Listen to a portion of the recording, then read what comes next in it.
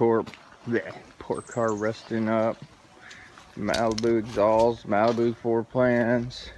Getting a little bit overwhelming of junk in my garage here. 350 turbo needs to be rebuilt. Heater core box for the Malibu. Heater core or drive shaft. The engine I'm putting back together for my wife's SUV for the second time. All the pistons are in the right direction now. This Malibu I'm about to rip the motor out of. We took the transmission out last night. Gonna get the rest of it out and steal parts off of it for that build right there for my Impala. It's all her junk for her SUV.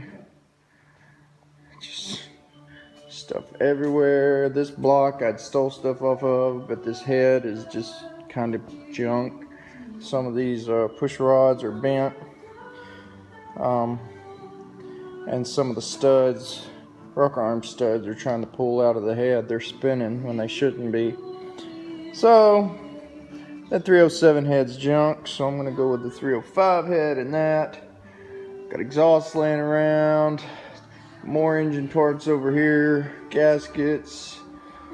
It's an overwhelming mess. This is got to be the most unorganized, junkiest wiring harness for her SUV setup I have ever had in my life. And I don't know where to begin to clean it up. You know, all I can do is keep going on the projects that are happening. I mean, what do? Do you just try to organize it, or do you just finish it and get it out of the way? Like this SUV, why organize it when I should spend that time finishing it and getting it out of the way? But it's just so complicated. It's just a time-consuming build. You have to go, every single nut has a torque spec. You have to find it before you can do it. And this junk just is getting cut up, and I've been selling parts off of it left and right. Getting close to running out of parts, thank goodness. But I mean, little stuff like this. This is the transmission cross member. Yeah, it's dirty. I can pressure wash that thing. It's probably worth $100. I know they are on my Impala. You got the drive shaft over there worth $100. Got a whole frame here worth at least $200. The rear end, I mean, etc., etc. I mean, little stuff's still worth money. I mean, that's a good carburetor. I won't be using it. It's a good 2-barrel.